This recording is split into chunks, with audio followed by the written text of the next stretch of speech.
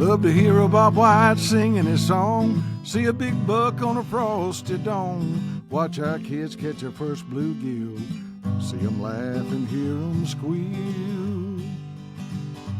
We weren't born into it, but it fits us just right. We thank the Father for his guiding light. We knew we were blessed with this kind of living. That's why we want to keep on giving back to farm life. True North farm life. It's a great life. True North farm life. Hello. Welcome to the first episode of the True North Farm Life podcast. I'm Chris Hinkle, and on the other line we have Thomas Cooper. Thomas Cooper. How you doing, Thomas? I'm doing good, man. I was wishing I was hauling about 500 square bales right now. It's nice and cool here in Arkansas. Yeah, July 27th. I mean, mid to upper 90s. Humidity is out the roof, right? Yes. It's a good time to be in the hay business, but it's a bad time to be out in the weather. It's just stinking hot. Yes, you know it's been hot when a little bit of a reprieve. It's been 90 degrees. Right. Yeah, so I was looking at the weather forecast, and I think we're actually supposed to hit some 80s maybe next weekend, but with maybe a little chance of rain. But anyway, folks, we're just so glad that you're joining us. This is the True North Farm Life podcast, and Thomas and I is going to be talking to you every other week about kind of what we're doing on our properties and how we're managing our properties. And we have two completely different properties to bring to you each and every week, and mine's located in southwest Missouri, and Thomas is in north central Arkansas. And so two completely different landscapes, but what we hope that we can bring to you is just a different perspective on how you manage for each different landscape. And Thomas, I'll let you start out and start talking about your property and a little bit about yourself and what you do for a living, and let's just start there. Yeah, absolutely. I was born and raised in north central Arkansas, small town, little community, about 1,600 people. I was lucky enough to be raised up on a farm, small cattle operation, hunted, fished my entire life. Got out of high school, went to college for a little bit, and came back, got a job at a small rural critical access hospital here. I was working there for probably, I think it was like 13, 14 years. Mutual friend of both of ours that you'd been in the real estate business with, Daniel Short. He was always on my rear end about, hey man, need a guy up there in north central Arkansas. I think you'd really enjoy it. And he said, let me give you Chris's contact, and you give him a call and talk to him for a little bit and see if it might be something you were interested in. Long story short, go ahead. I think our first conversation that we had on the phone was maybe an hour and a half. Yes. I thought I was talking to my girlfriend. Exactly. 45 minutes later, after talking to you, and we talked, mainly just about what we were doing on our farms, I said, this might be the ticket. So, long story short, here I am. Right. Here I am. Right. That's so awesome. Now, Thomas, you decided to go the real estate route, and I say real estate as just a general broad term, Right. But farms is what we specialize in. We might sell a few houses, and I'm saying specifically Thomas and I. True North, we have people that deal with residential. We have people that deal with farms. I'm one of the guys, and Thomas is too, that deals with farms. And so we're so proud to be a part of True North and to be a part of Keller Williams here with the land division, and just happy to be meeting clients, meeting folks each and every day. And, for real estate, for me, it was like the perfect blend between people is what I love and land is what I love. And so working with both of them each and every day has just been a true blessing in my life. And I love just to call people and talk to them about their properties and help them each and every day with their farms. And so, Thomas, let's just kind of dive in. You've been managing your property there in north central Arkansas for quite some time, and kind of how you got started with that and what was the reason you started that route. Yeah. So, we've got, somewhere around, 300, 350 acres here. I call it the main farm, the big farm. It's going to be, 300 plus acres. And then we've got 40 acres that are just south of the farm there. But, when I started turkey hunting late in life. When I say late in life, I was probably 15, 16 years old. And, during that time, it was kind of on the tail end of when turkey hunting it was good. You could walk out the farmhouse there, me and my buddy, and you really didn't know which direction you needed to go as far as which turkey you was going to get on and try to hunt. And, had a blast, learned a lot, and really fell in love with, hunting the wild turkey as far as that goes. And, 2009 ice storm happened. And, the turkey population at that time, it was going downhill in a hurry. I went from, not knowing which direction to go to, if I heard three, we had a good morning.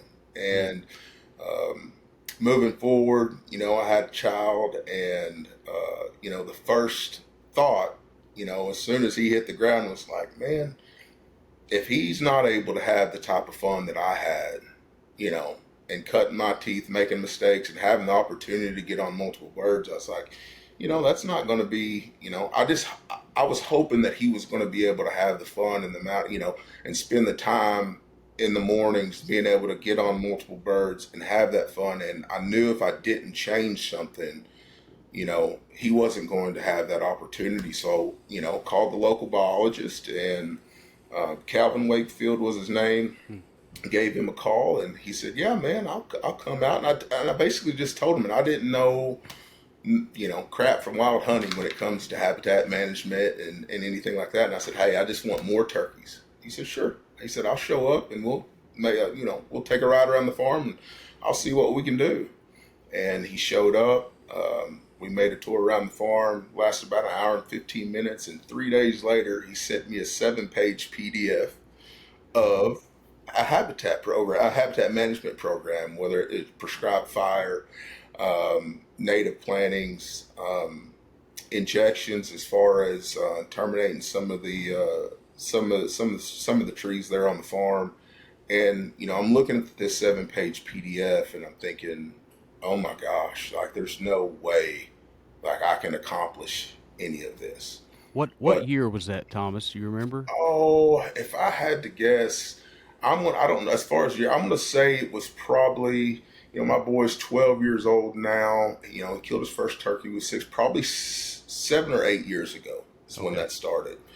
And I started listening to some podcasts, educating myself, and I told myself, I was like, what's something that I could do that is, something that would be easy for me to do.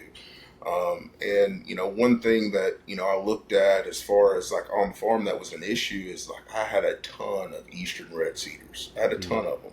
And the first thing I did, I was like, one thing I can do is I can terminate. You don't have to do an injection. You can terminate that tree if you cut it below the first lowest limb. And went in there and started cutting cedars. And I'll be the first to tell you, a man doesn't know how many cedars he has until he picks up a 25 steel and starts walking around with it. And that's how I got started. And then I started running some fires through the property. My property is it's 50-50. It might be 60-40. It's got more timber than it does pasture. Okay. And the limiting factor there at that farm, didn't have any food, didn't have much cover, and I started working on my timber immediately. That's the first thing that I started working on. So is your property pretty flat? No, it's not. It's now it's not super steep country, right. But it's not flat either. There's plenty of draws. Draws, ridges, got water. Yeah, plenty of water, but it's not any flat country like over there where you're at.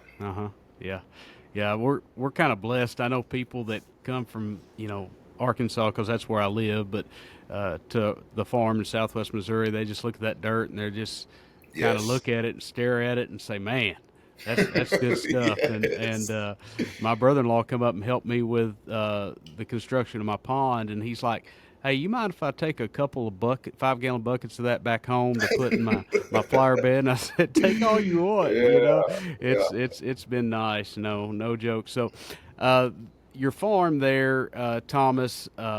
So I guess the driving factor was you wanting to give back, right? Because you sure, wanted your absolutely. son to have a place to hunt, and yours is a cattle operation. So how does that go together, Yeah. cattle and recreation for turkeys and deer and such? And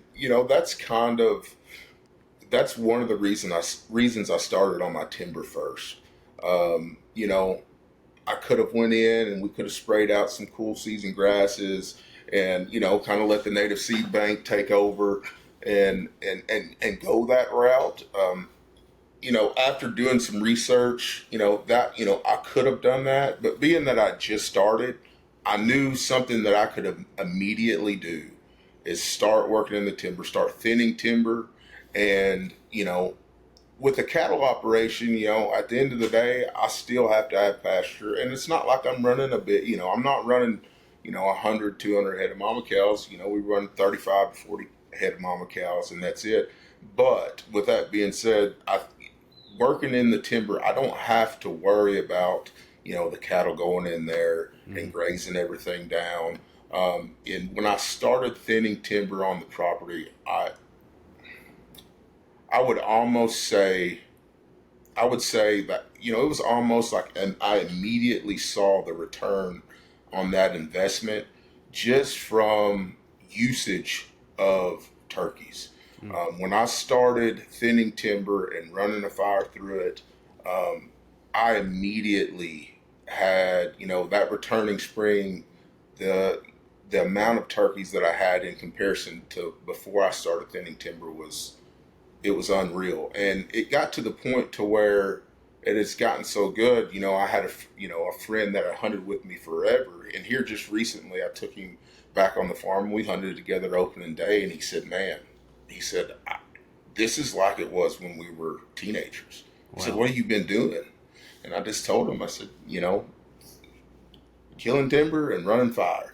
And it's a little bit more complex than that. Hmm. But I think if more landowners were educated, and you can educate yourself on this matter too, the more you find out and the more you educate yourself on this subject matter, I think you'll find out that it's not as difficult as it seems. It seems like a big project, but it's like eating an elephant, man. It's one bite at a time, That's dude. right. That's right. And when you started saying, you know, it's a little more complex than that. Hmm. There's dormant season fires, there's Yes, growing season fires, and knowing which fire you need to put through which particular part of your property at what time is absolutely. probably the biggest key into what you want to set back, right? Yes. And it's all about early successional growth and that kind of stuff. What I noticed on my farm is I've been practicing mainly dormant season fires, prescribed fires for since 2017.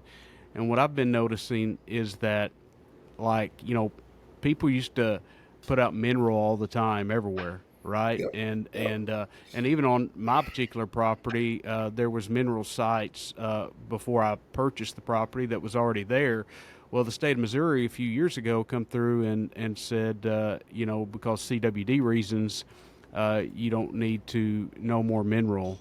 Hmm. But what you will notice is when you start running fire through your property, that the mineral content on the regen, the new Yes. growth is so high that even them established, mineral sites that have been there for years, all of a sudden they start being abandoned. And why Yes. is that? It's Yeah. because the critters are getting their stuff naturally through the regen, and the mineral content and some of that ragweed and all the other things that's out there is really high, and they're just getting it, ingesting it naturally. And I've just seen the transformation over multiple properties that's happened. And coming from Arkansas, our regulations are totally different than they are in Missouri. In Arkansas, you can feed, I think, as long as hunting season is going. Right. Uh, but in Missouri, there's strictly no feed at any time, and so everything you have to plant for the wildlife if you want something to feed them, and so that's what I do on my farm. But what I keep going with is this: is when you're doing a good regiment of property management through prescribed fire, you're putting so much natural browse on the ground for that deer or the turkeys or the little ones. And speaking of little ones, Thomas, I just got a picture this morning of two hens, and there were 17 little ones. And I'm talking, some of them are, it's July 27th. Some of them are just a little bit bigger than a quail. So Yeah. tell me, A couple when do you of think them? renests right Yeah, there. when do you think them suckers were hatched? So, Yeah. it's so good to see, man. It does my heart so good to see them turkeys, and just like you, I got a soft spot in my heart for turkeys, and with the NWTF and my involvement with that, and just I love anything that has to do with turkeys, and I too want to keep it for my kids so that they're going to have a good place to hunt later on, and so let's talk a little bit about your farm again. What are you doing like right now? It's July Currently. 27th. It's hot, right? So let's just say the past month, and looking maybe a month ahead. Kind of what are you getting ready for? Yeah. So, here, I would say in the last 2 months, I started on, and this, some of this was in some cattle pasture that I had, and then some of it was, I went in and I walked some of these burns that I'd previously had too. But I think anywhere in the state of Arkansas, probably you go up to the Midwest and to the South, Sericea lespedeza is a problem. Mm-hmm. It's a big, big problem. And if you don't get it under control, it'll get away from you in a hurry. And that is one thing that it was one of the specific things that I targeted, especially in some pasture that I had that I was grazing for cattle, but also, down the roadsides, and especially, the road that goes through the middle of my farm is a dirt road, and then it serves for a good fire break. So I've got, burns on each side of the road, and, I check those burns regularly. Well, I would say that I'd probably check them every, if I'm going to the farm 5 days a week, I'm checking them at least one day a week for invasive. So after you burn something, it's not over. Just because you've cleared some timber and ran a fire through something, that doesn't mean that you leave it and then you run a fire through it, on a 2-year interval. Right. Because, I've went into some stands and there's some Sericea lespedeza, there's a little bit of privet, there was some Japanese packing grass, and I'm going in there and making sure that, they're not getting out of hand. And if I have to spot spray, I go in there and I spot spray some of that stuff. I usually, like the privet, I'll hit that later in the fall. But if I see something, sometimes you might walk through some timber and you see something that needs to be taken care of immediately. And I just try to address those problems as soon as possible, because I don't want it to get out of hand. Now, with all that being said, I've got another burn there at the farm that, I went in, cut some cedars, and I burned it, and I call it clear the table. If I haven't ran a fire through it recently, I'll run a fire through it, and it might be close a canopy timber, which, I'm taking that fuel out, and you'll get lucky, and sometimes you'll top kill some small stuff, whether it be 2 or 3 inch oaks or something like that. I'll go back in and I'll cut cedars. After I cut cedars, I've got a 4-acre block right now where I've cut a bunch of cedars, and I went and I've done a fuel reduction. And basically, I think this was probably 2 or 3 weeks, or probably 2 weeks ago. Mm-hmm. I went in there and cedars had dried up enough, and I set them on fire. Right now, the weather conditions, you can go into that stand, set those cedars on fire. I don't have to worry about it getting away from me. Mm-hmm. And the reason that I'm doing that is when I get ready to run a dormant season burn through that fuel load is nothing like it was with the cedars that are laying in there if I hadn't have burned them, earlier in the summer. Yeah. As you know, dormant season, dormant season burn, those weather conditions, they can get pretty sketchy, and if you don't have the right conditions, I shouldn't say that. If you're burning, you need to have the right conditions regardless. But it still doesn't matter. Things happen. You can have the best fire breaks in the world. You can have the best weather conditions. And, sometimes you get a wind switch. And next thing you know, you might have to chase a spot or something. So that's why I reduced that fuel load with those cedars, especially in, big blocks of timber on the farm. Yeah, you can always determine who's been a part of a burn school or a burn Yeah. class or even a burn team Yeah. versus the ones that's not, because they'll say, "Hey, in 2 weeks we're gonna do a burn at the place." Well, Right. everybody that knows anything about burning is that you can't plan that far ahead, right? Yes. You're looking Yes. down to the day before, the Yep. humidity, at what time it's going to be the right conditions. One Yes. year at my farm, I like to burn in the month of March is kind of my month that I try to target, but we were getting close to the end of March, and I don't like to be burning when turkeys are starting to nest and that kind Mm. of stuff. So I'm trying to figure it out, and you know what, it the conditions were right about dark for the next 3 hours, Yep. and so we burnt at night on Yes. on my farm. Of course, we had all the fire lines in, we had everything, all the work done on the front end, but we took a team and went in there, and I think we had 4 or 5 people, and we did a burn at night, and it was really cool, real fun to see. But I normally burn during the day, but the conditions were just not right, and so Yes. you make do with what you got, and so yeah, I love using prescribed fire. I think it's one of the best methods for management that we can do effectively across the landscape and in a grand scale.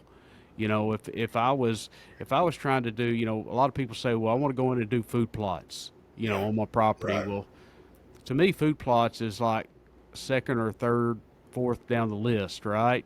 Yeah. You get in control of your land with fire, and all your good stuff starts popping up when you start doing that, and you start setting some things back that you don't want, and spraying and this, that, and the other, invasives. That's more of the management process that you got to complete. And I always look at a farm too, like the first year that you own the property. Like you said, it's like an elephant. You got to take one bite at a time. But the first year that you own it, you the more work you do that first year, the more you see for years to come.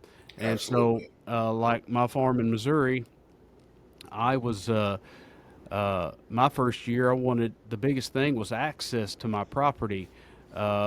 The game just knew you were coming in and going out, and they just knew you were around, And so when you'd walk out in the open, they knew you were there. So I went in and planted a lot of switchgrass for my buffers around the field, so that I could access the property without them knowing that I was there. And I changed all the stand locations on my property too, to where it would be more in my benefit, and that has 180-degree change on my property from what it used to be to what it is now.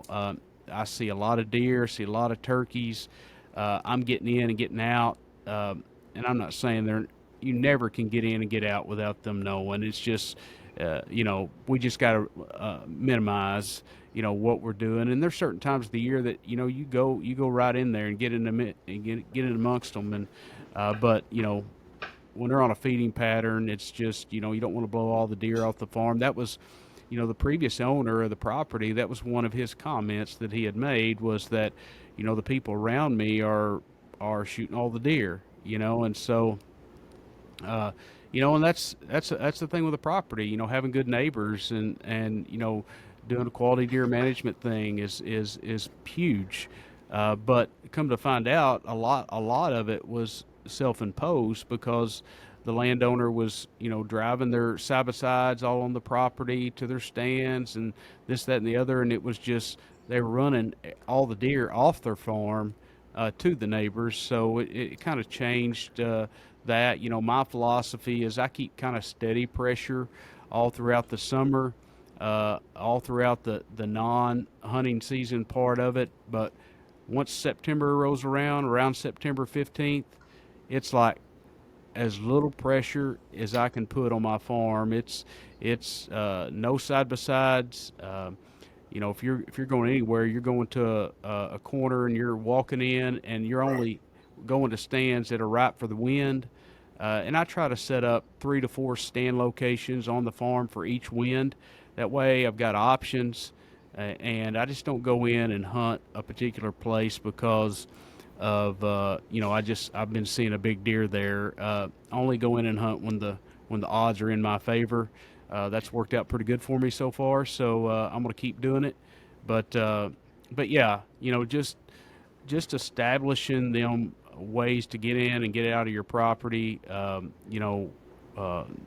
another management thing, right? Making Right. it accessible. Yes, And that's one thing that I was going to touch on real quick was, just from a learning experience on my side, when I showed up, I think I went out there in February or something like that. We went on a rabbit hunt, and being able to look over your property, how many acres around about or do you yeah, have over it's there? a 160. 160. Okay. Yes. Okay. So, and after touring the property, you know, on the side by side, looking at stand locations, looking at how it was set up, the property itself, your property hunts at 160 acres, as far as deer goes, is 10 times better than mine does. And I've got, 350, and it just goes to show you that, you know, saying, hey, I'm going to put a food plot here in this area just because is not necessarily the right thing to do. And, after putting boots on the ground on your property and seeing the size of it, seeing the layout of it, um, I learned a lot, man. You don't like as far as access in particular, because you can hunt that piece of property every which way from Sunday, but it's because you've looked it over. And don't get me wrong, from my experience, you also have to, you have to hunt and make mistakes to know that you don't need to be there, to Hmm. begin with. But, that 160 that you own, you can tell there's been a lot of time spent to be like, this is where I need to go, this is my access, and this is how I'm going to approach it, whether it be November or in the summertime or whatever it might be. But yes, I agree with you 100%, because that 160, it hunts about like it's 500. Right. And I I think about a lot of stuff. I mean, I'm thinking about my farm a lot of times, but I just asked my wife. She's like, you spend more time at that farm than you Yes. do at home. No, but I do. I love the farm. Truly in my soul, it's who I am, and I grew up on one, and so it's just a blessing to be able to give back. And I look at Yeah. that. It's like I feel like it's my duty to give back to the land, and to leave it better than we found it. and Yeah. and so this 160, it's located in Southwest Missouri, and it's a 50-50 mix of timber to open, but of the open, there's probably 30 acres, 30 of the 80 of the open that is tillable, and then the other, 50 acres is a mix of CRP, mainly CRP, and food plots. And there are some native prairie areas that, we talk about this, all this brooding habitat for turkeys. Once them poults, they don't need that big tall stuff to get into once, once they come off the nest. They need something shorter. Well, I've got about probably 15 to 20 acres in 2 or 3 different spots on my farm that has that kind of habitat on it, and so I keep it that way. If I was just strictly a deer hunter, I would say, you know what, I need to make that stuff grow up in something thicker, right? Some more Free biomass. rank. But Yeah. but I'm telling you, the diversity of habitat across the property is the key. It's not having everything thick, thick, thick. It's having a little bit for everything. If that's what you're after, and I'm after to have I've got great quail population on my property. I've got a good turkey population on my property. The deer uh, in the last 3 years have come a long, long ways. And it was just looking at it when I got the farm. There wasn't a lot of 10 point deer, wasn't a lot of older age class deer. But last year, uh, there was 3 or 4 4.5 year old bucks or older that were regulars on Right. 160 acres.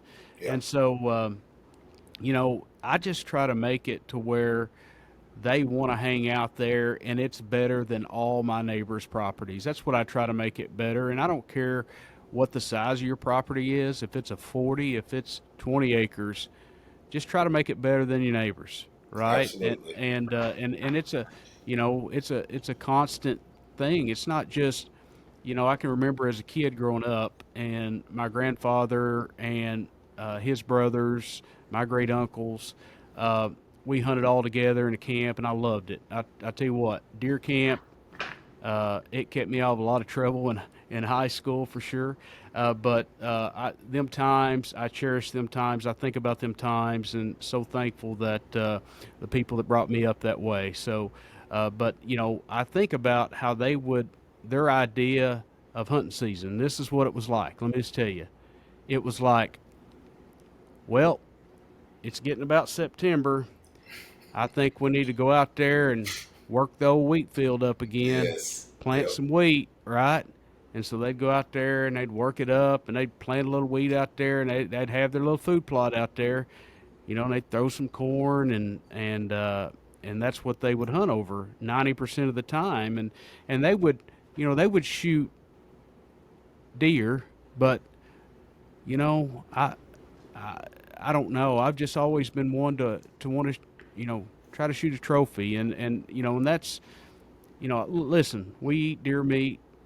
Uh, I my kids know nothing different than eating deer meat. That's we matter of fact we have more deer meat than we ever buy beef at all, but we live off of it and we like it. But when you start looking at, you know, I love to shoot a big deer. That's my passion. And I don't want to try to shoot 20 of them. I don't want to do that. If I need to do some management on my property for that reason, I'm gonna bring in some kids and I'm gonna let them have a good time and I'm gonna pass it on. But if you know, but there they would shoot about anything. My uncles would shoot about anything, and I can remember I was so upset one year that my my dad. I'm gonna blame it on my dad, but it was opening day rifle season, and I woke up and it was light outside, and I was still at home, and I freaked out, and I ran there and said, "Dad, wake up, wake up, wake up! It's time to go hunting." And I said, "We missed it," and then we go there, and I find my uncle Ray.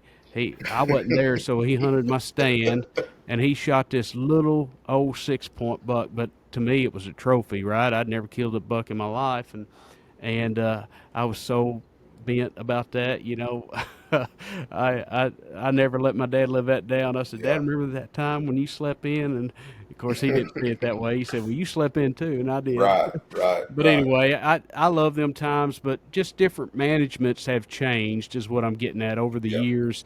It's got so much more in depth, and I like that because I feel like the habitat, the wildlife are benefiting from it, right? With all Yes. these podcasts that are coming out to help people with their properties and this, that, and the other, and I'll get into just a little bit here about kind of where I'm at with my farm.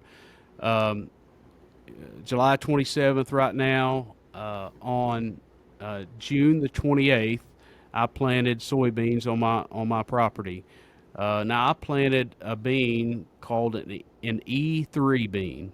Okay, of course you heard of Roundup Ready soybeans, but you know my problem with Roundup Ready soybeans is if you've got like a pigweed problem in your soybeans, Roundup won't touch pigweed, and Right. you have a plot that's taken over with pigweed. Well, E3 I can spray it with 2,4-D, I can spray it with Roundup, or I can spray it with Liberty.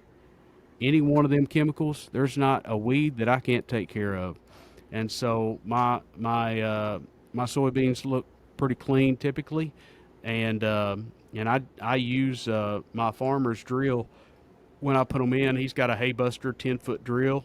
It puts them on 7.5 inch centers, um, and it does a great job. I'm ecstatic with it. My stands right now are probably close to knee high. So in a month, they've grown about a foot. We've got some decent rainfall. However, here lately the water's kind of shut off, but the water table's been so good. We're still 12 inches ahead on the year of the average. So we've been very blessed in that way.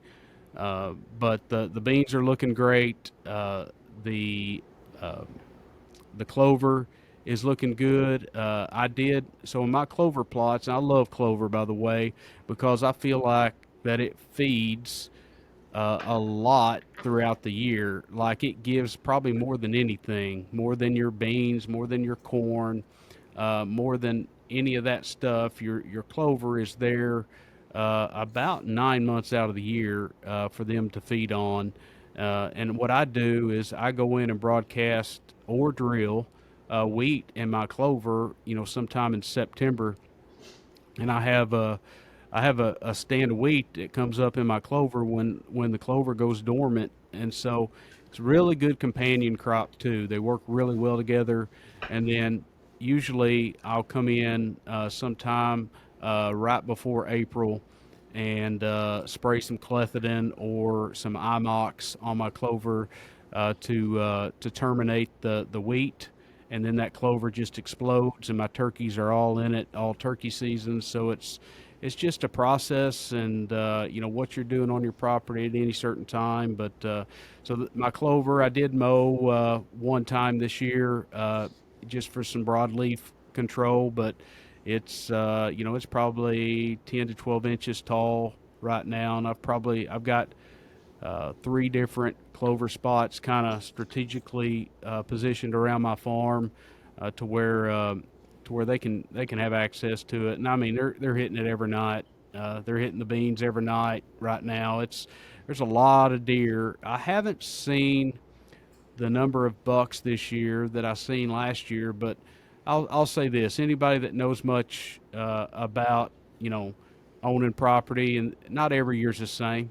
It fluctuates from year to year, and it changes up every once in a while. Quick question on your clover, Chris. Obviously I don't know necessarily about where you're as far as the weather's been, but I'm going to assume that it's been just as hot as it has been here in Arkansas. But with that being said, when with it, it's hot and dry here now, Mhm. especially on my farm. When do you see that clover start to stress and it starts to get in a bind? I mean, you said it was 10 inches. I'm going to assume that it's doing all right still right now. Yeah, it looks green, green, green right now. Yeah, yeah, It's and some of that has to do with just the water table and the ground. yeah, When you're yeah. 12 inches ahead on water for the year, the ground is holding a lot of moisture, and so you got to worry about clover when it starts to get hot and dry. Hmm. But even I've seen some clover just look like it completely burn up in the summertime. People's like, well, it's gone. You know what?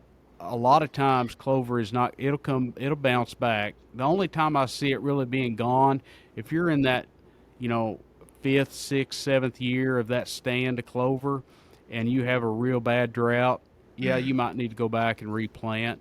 But sometimes if I'm seeing my clover start to go the other way, I'll put some clover in my drill when I'm drilling that wheat in the fall, and just kind of reseed it a little bit, so to Yeah. speak, just a really low rate, and that's worked out pretty well. And sometimes you can frost seed as well if you need to come back in a little bit and resow some. But I love a fall planted clover. you don't get much production out of it if you plant it in the fall. But that next spring, it's growing downward more than it's growing upward. So that next spring it just explodes, and you got a really good stand in there. We had a buddy that he did his property, and right now his clover looks really good as well. He did his property like that. But yeah, timing of mowings. If it's like it's 98 degrees out here, you don't want to go through and mow your clover. Right. It's the last thing you want to do, because that's the surefire way to make it go dormant. And you just don't want to do that. If like for instance, this weekend it's supposed to be down in the 80s, and if there's a 70% chance of rain or better, and I needed or felt like I needed to mow my clover, I would do it. And then, we talk about the height of the clover. You don't want to mow that thing 4 inches off the ground. You Right. want to mow it, 8 to 10 inches tall. You want to just kind of take the heads off the top of the clover. But And just for everybody listening too, and this is, I figured out this real quick because we were looking, me and you both were in the truck going to look at a piece of property, and a guy talked to you. It might have been the same guy. He was talking to you about, putting in a food plot. This food plot, these clover plots that you're talking about specifically that are yours that you're working on, they've had the soil samples done.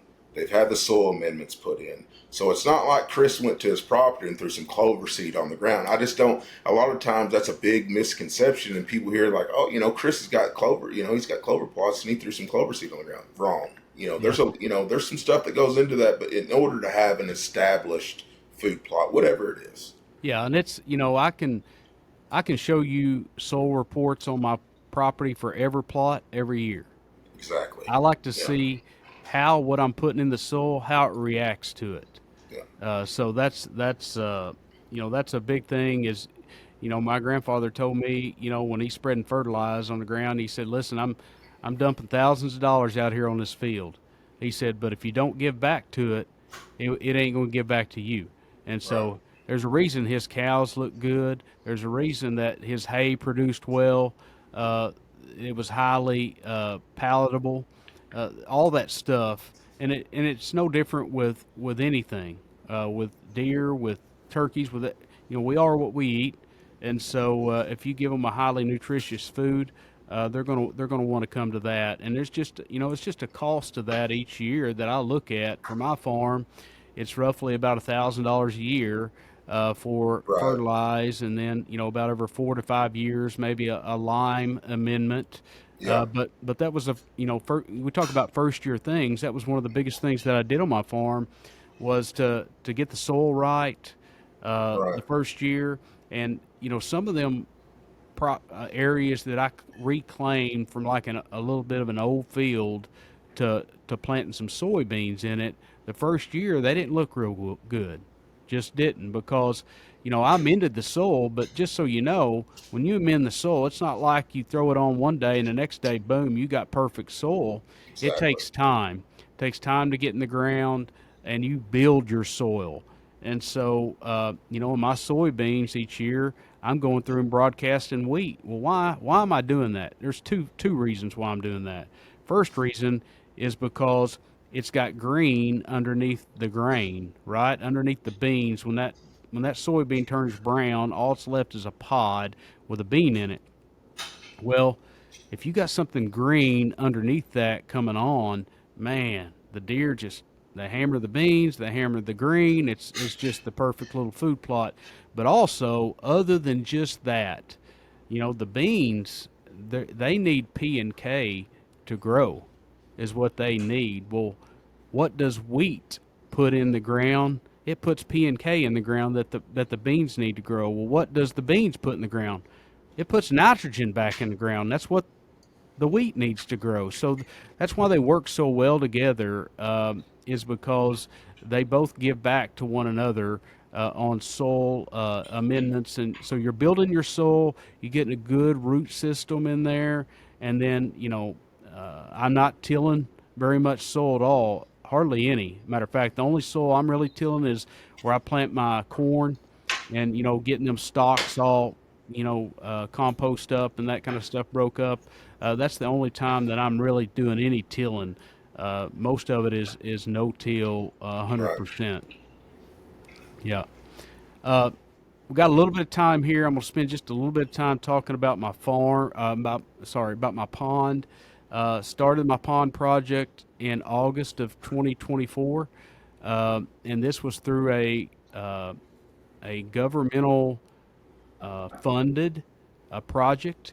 I went to the NRCS about 3 to 4 years ago, and said, "Hey, I'm looking at putting a pond, a water control structure on my farm." And I said, could you? I was just hoping they would kind of guide me in the right direction on like where to build it and kind of give me the how much dirt it would take to do it, come out of it, and all, survey it out, that kind of stuff. Well, they did. They come out and they picked a location, but more than that, they said, "Listen, there's potentially some funding available for this county to do what you're wanting to do." And I said, "Well, when is it?" And they said, "Well, you would be a long way down on a big list." And I said, "Well, I'm not in a hurry, so just put my name on the list. Let's see what will happen." Well, lo and behold, 3 years later, they called me and said, "Listen, I think you're going to get funded for your project." Uh, and sure enough, I was funded for my project. Found out in July 2024, and so we started construction. My brother-in-law came down, and he had built ponds in Iowa, a bunch of ponds, and he knew what he was doing, and I had no clue. So it worked out pretty good because I was learning, but it turned out way better than I ever expected. Pond's about 2 acres in size. Um, I have, of course, you got to meet certain regulations to get funded. It's got to be, the banks has got to be this pitch 3 to 1. It's got to, have a drain in it, and it's got to have an emergency overflow. There's just certain things. Then I had to lime it and I had to seed it and all that stuff. But it's been a really really fun project. Kind of where I'm at now, I have I stocked some fish. It was full as of February 2025, completely full. I started stocking fish in it, and I put a lot of habitat in it with rocks and also some composite habitat structures, that kind of stuff, synthetic structures to where it wouldn't rot and that. And I put some stumps, and there's just a lot of different structures, just like habitat for deer, right? You got to have a diversity, and so that's what I have with that as well, diversity. And then so I stocked bluegill. I stocked uh, around 1,000 bluegill. Stocked 250 red ear. I stocked channel catfish 180. However, I wish I wouldn't have done that. That's a little bit of a mistake on my part, but I did it. So I'm going to try to rectify that here in a few weeks. We're going to have a fishing derby at the farm and try to catch as many catfish as we Nice. possibly can, because next spring I'm going to be stocking bass. I did stock 18 pounds of fathead minnows as well. And this is pretty cool. I've enjoyed this a lot. I've been trapping crawfish out of my creek and transplanting them in my pond. And just so most people think, well, that's a slow process, and it is a slow process, right? I mean, what sounds a lot better is I go to Louisiana and get a bag of them, right, and I'll release them. That sounds a lot better. However, that is illegal in the state of Missouri. They have to be Right. a crawfish that's native to the area, and so I've been trapping crawfish and transplanting them in my pond, and I probably over the course of the last couple months probably transplanted I don't know, a couple hundred, somewhere in there, baiting them with different things. I've tried different things. That's been fun too. But hot dogs work pretty good. But yeah, just transplanting the crawfish in there so that the bass and stuff will have a different food source to eat. And so Yeah, I got a fish feeder set up, so it's throwing fish food twice a day there. The bluegill are really growing. The catfish are growing, and it's just another aspect of my property that I love. When that feeder goes off, I love to go out there and look at them fish. Looks like piranhas everywhere. They're just hitting the water, and one day I'm gonna sit there and I'm gonna watch my grandkid catch her first fish, and so that's what's gonna be kind of cool with that. Just a property to where they can get the full range of enjoyment on it, and that's kind of what I was hoping for. But Thomas, you got anything else, buddy?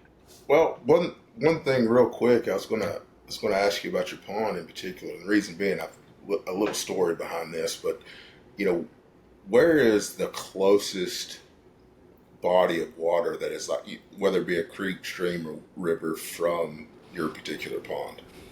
There is a wet weather creek Hmm. that is probably 100 yards behind my pond. Okay. Okay. And the reason I ask this is, Hmm. to bring this full circle here. At the farm, we had 11 acres of silvopasture put in, and we also, I should say my grandpa, he put in to have, as something like a half-acre pond put in. Similar thing, NRCS, that type of grant deal, and we put the pond in, and same concept. We just wanted, and of course, there's 2 or 3 ponds on the property, but this one was kind of out of the way. Cattle couldn't get to it, and so we stocked it with some catfish, stocked it with some flathead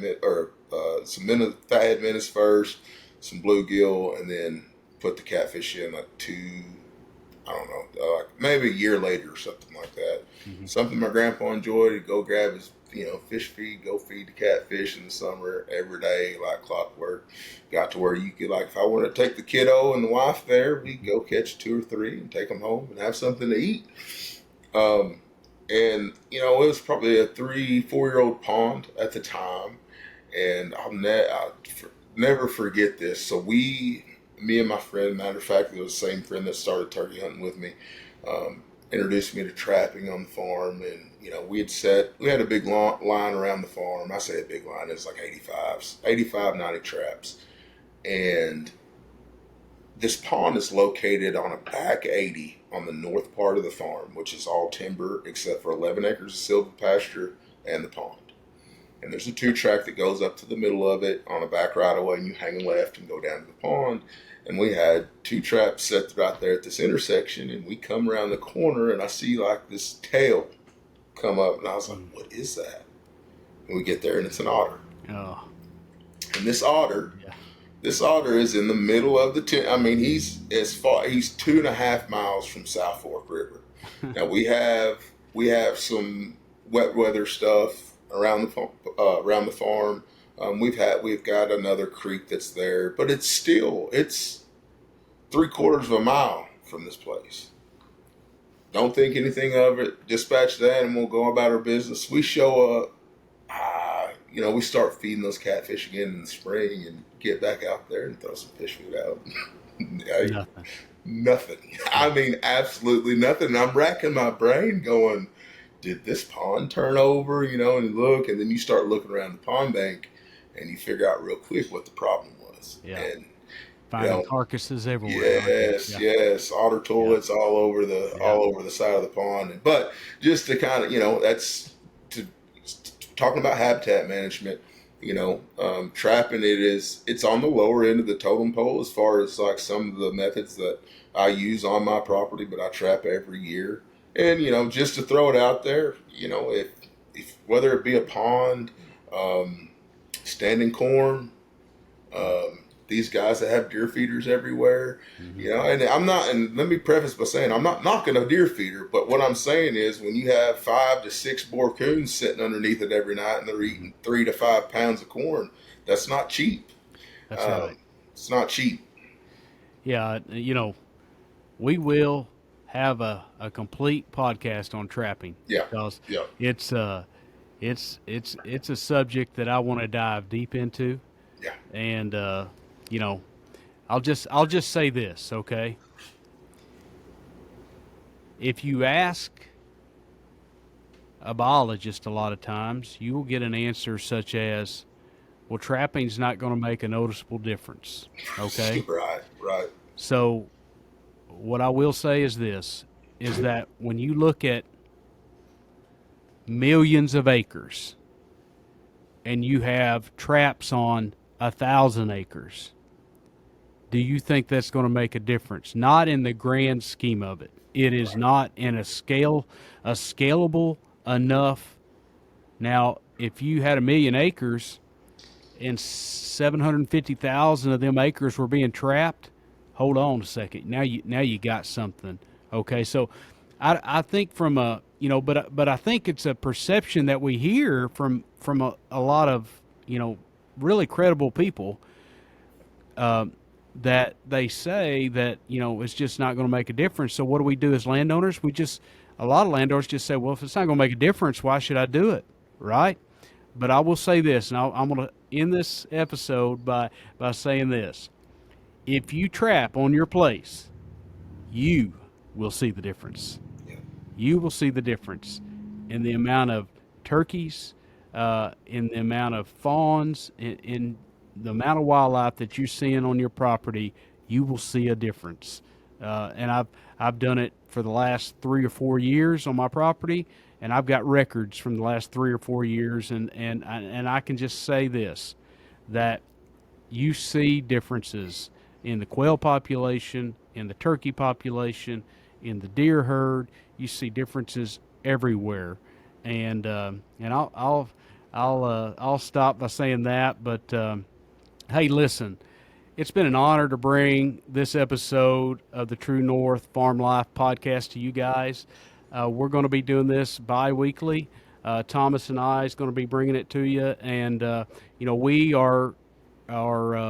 we're land specialists is what we are with True North.